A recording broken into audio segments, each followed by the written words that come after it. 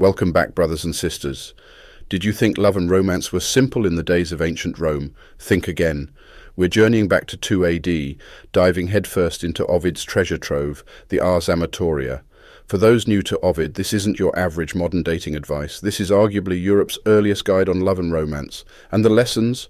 Oh, they're golden. Today we unveil the secrets of Book 2, centered on keeping the flames of passion burning. Now, whether or not you caught our modernization of Book 1, don't sweat it. Each of these videos stands alone, offering unique insights for every stage of romance.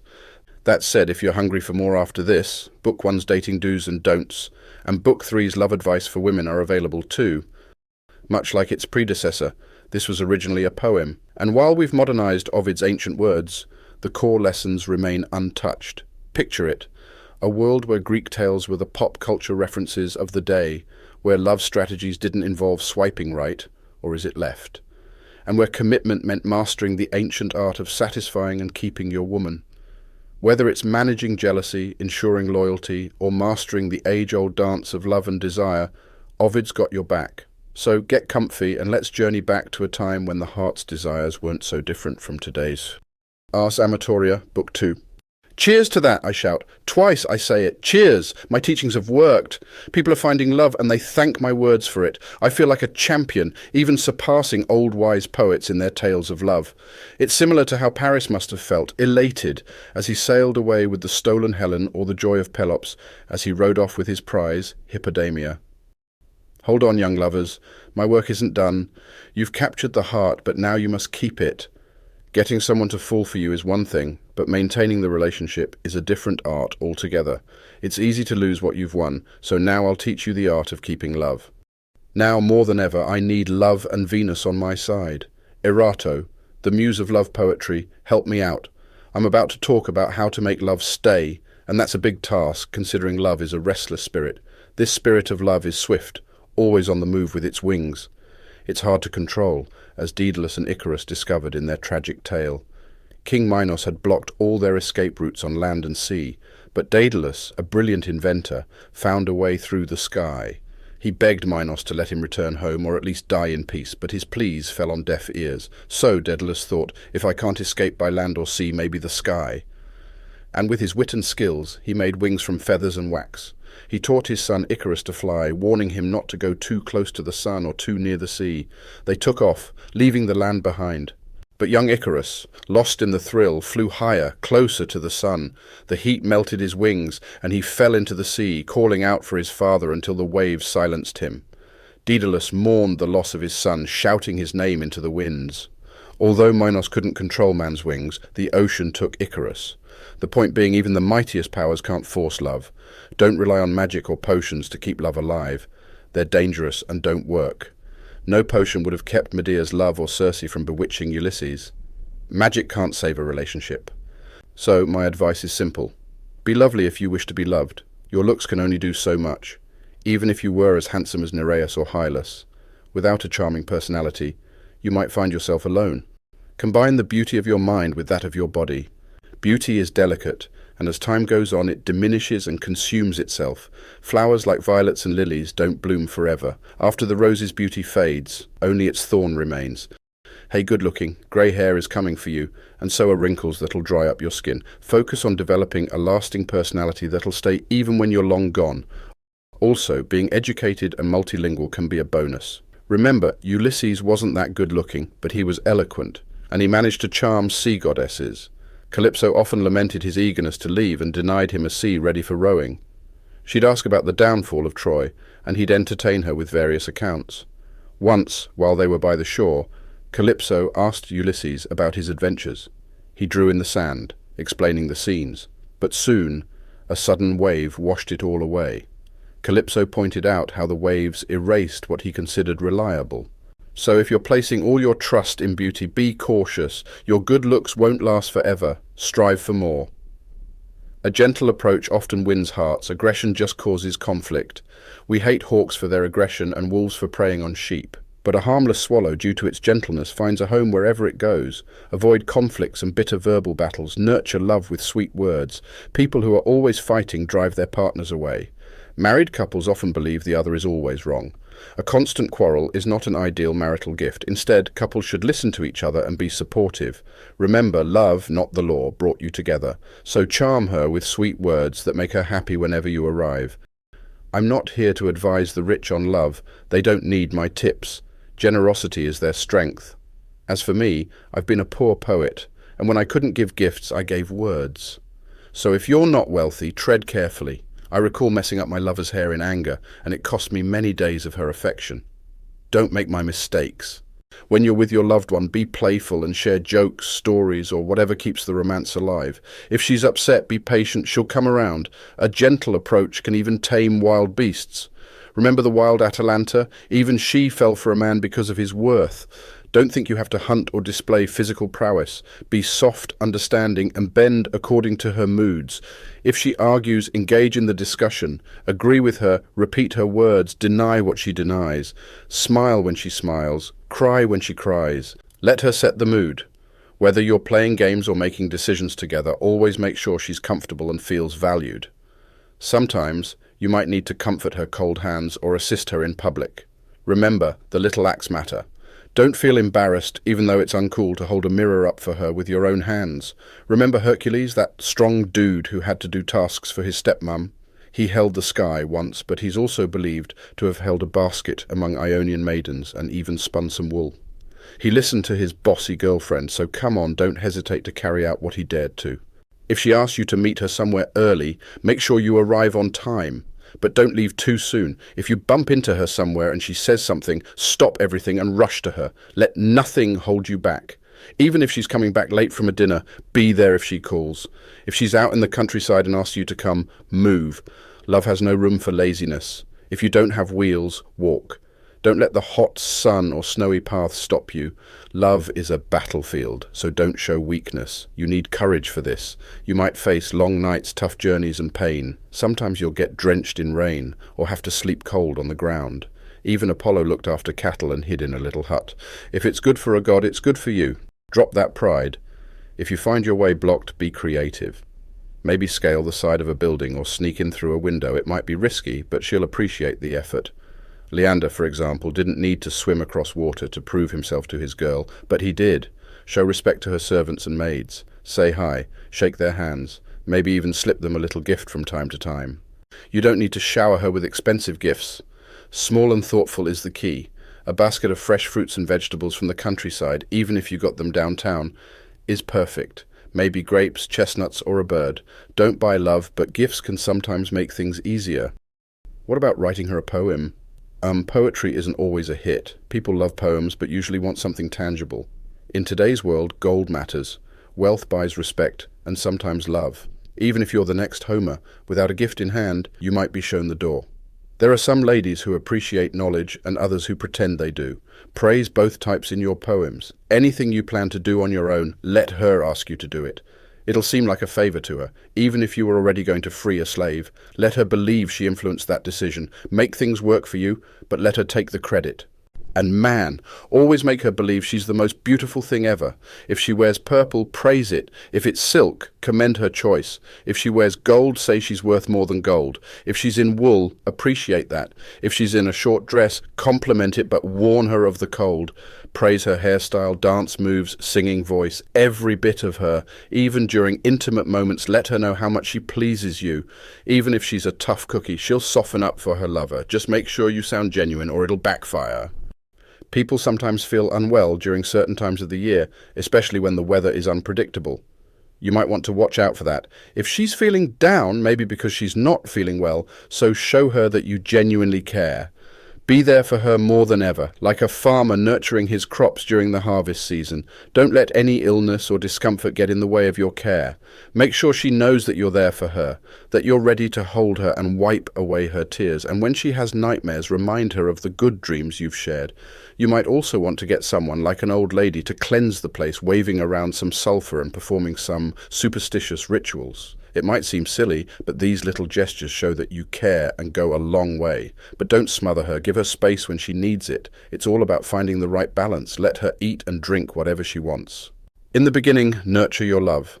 Like how a calf grows into a strong bull or how a twig becomes a tree, love might start small but grows stronger over time, gathering more emotions and memories along the way. Familiarity and routine will strengthen your bond. Spend time with her, show her your world, and always be there when she needs someone to talk to. When you're confident she'll miss you, give her some space. A field left untouched for a while grows better crops, and the parched ground absorbs rain better.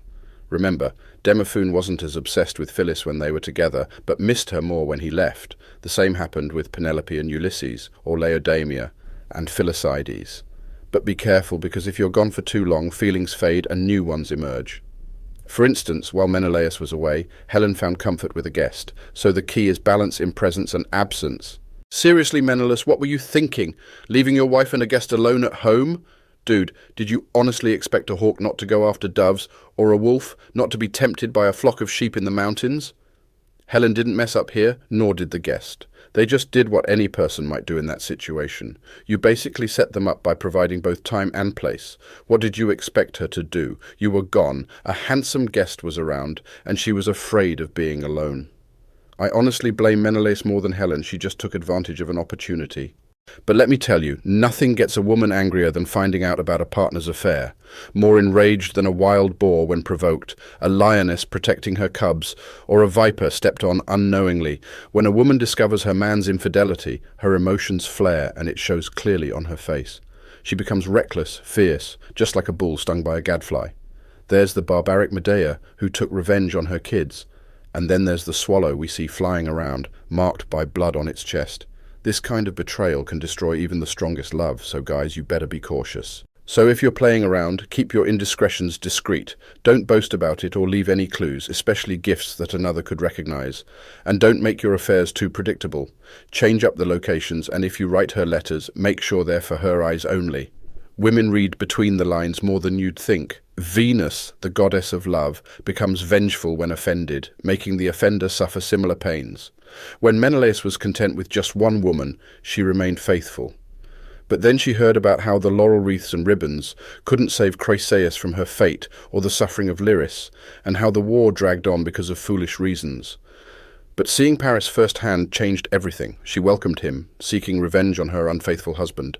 So if your secrets are exposed, even if the evidence is glaring, deny, deny, deny. If you've messed up, don't act overly nice or suddenly become extra sweet. Those are big giveaways.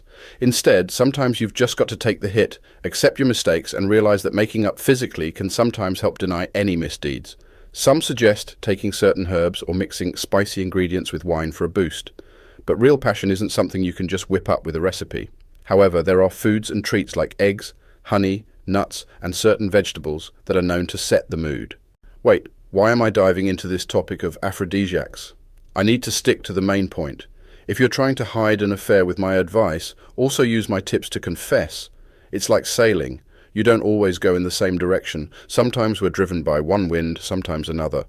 Just like how a charioteer handles his horses differently depending on the situation, love also requires different handling. For some, keeping things on the edge and unpredictable keeps the romance alive. If there's no challenge, no thrill, the love might fade. Just like a fire dims over time but can be reignited with the right spark, love can also be rekindled with the right push. So, make her a little jealous, see if she reacts. If she does, you're still her priority. Let her vent, let her show her anger. I'd rather she yells at me, pulls my hair, and shows she cares than be indifferent. After the anger comes the reconciliation. Making up is the most intimate part, and it's the best way to calm the storm. When she's finally cooled down, that's your cue to make your move. Trust me, there's nothing like making up after a fight. It's the place where peace and love coexist. The lovebirds, who were once at each other's throats, are now cuddling. From the chaotic beginning of the universe to its structured present, everything finds its place. Even in nature, every creature finds its partner. Humans were once lone wanderers until the power of attraction brought them together. It's a natural, unstoppable force that requires no instruction. Every creature has its mate, whether it's birds in the sky or fish in the sea. Animals, from the land to the air, find their partners. So when you're facing her wrath, know that passionate reconciliation is the most potent remedy. It's better than any potion or remedy out there. Whenever you mess up, this is how you set things right again. So I was just jamming when out of nowhere Apollo starts strumming his golden lyre. He looked like the real deal with a laurel wreath on and everything. He was like, "Hey, love guru, bring your students to my place. There's this popular system out there that helps people understand themselves. Once you know yourself, you'll love wisely and play to your strengths.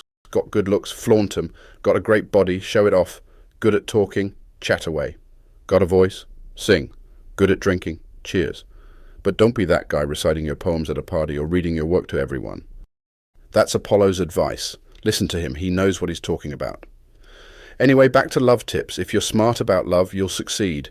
But remember, not all investments yield returns. Some relationships sink like bad ships.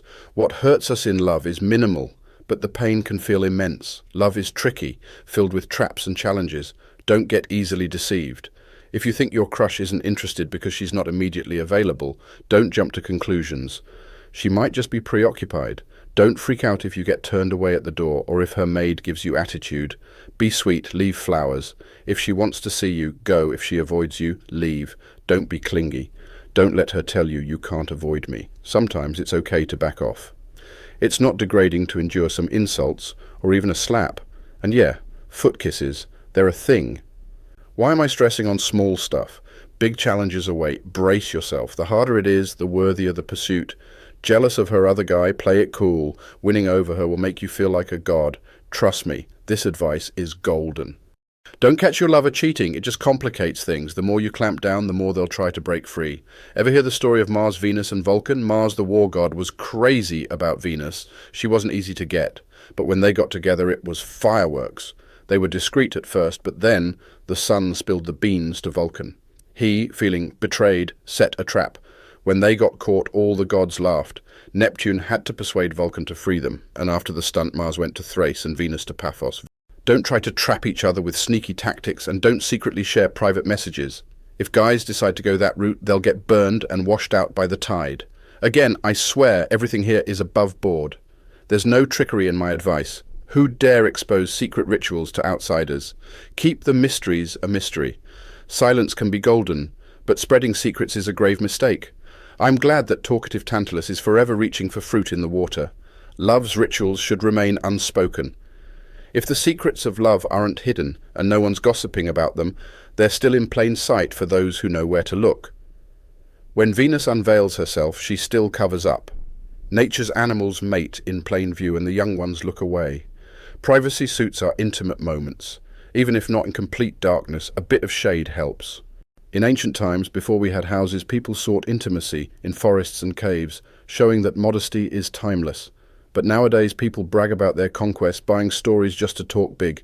Do you plan to name-drop every girl? Each story will tarnish her name. And some even lie, claiming conquests that never happened. Even if they can't touch the body, they tarnish the name. So what's the point of locks and guards, if just the mention of a name can lead to suspicion? We should be discreet about our true romances, keeping them hidden. Don't be quick to point out a woman's flaws. You can find beauty in imperfections.